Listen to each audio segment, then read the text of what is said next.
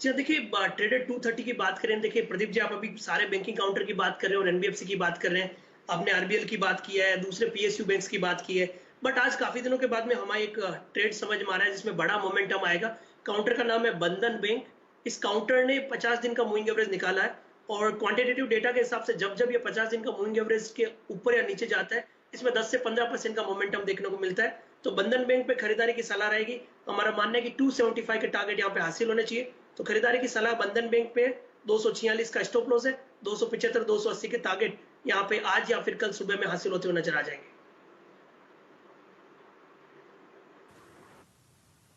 चलिए बंधन बैंक का जरा लंबी अवधि का चार्ट देखते हैं स्क्रीन पर, क्योंकि बैंक्स की चर्चा हो रही है और सुबह से आप देखें निफ्टी बैंकिंग इंडेक्स जो है वो आपको 12.0 का एडवांस डिक्लाइन रेशियो दिखा रहा है और यही आप देखिए बंधन बैंक मेरे सामने जो स्टॉक है 5% से ज़्यादा बढ़ा हुआ है और टॉप गेनर है फिलहाल निफ्टी बैंक पर भी। और आप देखिए 8% की तेज़ी, तो ये लगातार बचे हुए आप समझिए 1 घंटे में और ज़बरदस्त आपको तूल पकड़ता हुआ दिखेगा।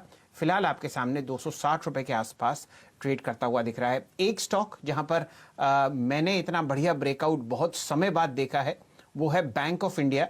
डायरेक्टर साहब, अगर आप लंबी अवधि का चार्ट देख पाएं तो वहां पर देखिए बहुत शानदार तरीके से आपको 40 रुपए 80 पैसे पर स्टॉक ट्रेड करता हुआ दिख रहा है और इसने लगभग 11 मार्च की हाईज लगाते हुए दिख रहे हैं। ये मेरे ख्याल से बेस्ट परफॉर्मिंग बैंक रहेगा अगर आप पीएसयू बास्केट में ध्यान दें।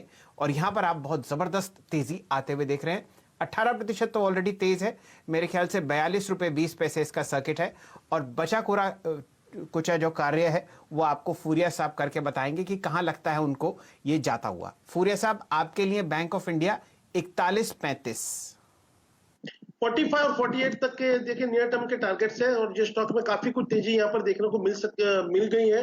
लेकिन मैं समझता हूँ 38 के नीचे का स्टॉप लॉस लगा करके अगर यहाँ से कोई भी गिरावट आती है 40 तक के लेवल की तो आपको उसको खरीदारी करनी चाहिए। 38 के नीचे का स्टॉप लॉस लगाए। ऑन द अपसाइड में मुझे लगता है पहला लक्ष्य है वो 45 का है। 45 के ऊपर जैसे ही क्लोज होएगा स्टॉक में आपको 48 तक के लेवल देखने को मिलेगा। चलिए प्रदीप जी, अगर आपकी कोई राय हो बैंक ऑफ इंडिया पर और हमारे अगर डायरेक्टर साहब इसमें सबसे लंबी अवधि का चार्ट दिखा पाएं तो हमारे दर्शक समझ पाएंगे कि क्या शानदार ब्रेकआउट है। बहुत दिनों बाद ऐसा स्टॉक देखने को मिलता है। आपने लगभग 36 रुपए से जो आज बाउंस देखा है वो इसके 50 ईएमए है और लगभग 42 पर इसकी आपको 100 ईएमए आती हुई देखेगी। प्रदीप जी, अगर आप कुछ अपनी टिप्पणी करना चाहें बैंक ऑफ इंडिया पर, ये देखिए ये ब्रेकआउट है जो राइट साइड में आपको एक हरी कैंडल ऊपर की तरफ बढ़ती हुई दिख रही है। वॉल्यूम भी आपके साथ है, आज लगभग 73 लाख शेयर ट्रेड होते हुए दिख रहे हैं आपको। शैल जी, करीबन 16 साल पहले की बात है, तब मैं ब्रोकरेज हाउस में था और बैंकिंग पे मेरा जो पहला कॉल था वो बैंक ऑफ इंडिया था। मुझे याद है उस समय इसका भाव करीबन 45 रुपए के आसपास हुआ करता था और बुक वैल्यू भी तकरीबन उतनी हुआ करती थी। आज आपको ये स्टॉक मिल रहा है इस वक्त 41 रुपए पे और ये तो आज की तेजी के बाद, वरना 35 रुपए गिनिए जो कल का लेवल था, जबकि बुक वैल्यू है 130 रुपए। तो बुक वैल्यू से कितने बड़े डिस्काउंट पर है आप देख सकते हैं। बैंक ऑफ इंडिया में आप ये जो हालत देख रहे हैं उसके पीछे जाहिर तौर पे एक साफ वजह है कि जिस तरह से एनपीए के आंकड़े आपने बढ़ते हुए देखे सभी बैंकों के लिए और बैंक ऑफ इंडिया के लिए भी, उसका इम्पैक्ट आपको यहाँ पे नजर आएगा। तकरीबन 16% के आसपास मेरे ख्याल में आप इनके ग्रॉस एनपीएज हैं और उसका एक इम्पैक्ट बुक वैल्यू पे आगे और कितना होगा और कितने ज्यादा एनपीए बढ़ेंगे, ये डर था जिसके चलते आपने ये पिटाई देखी।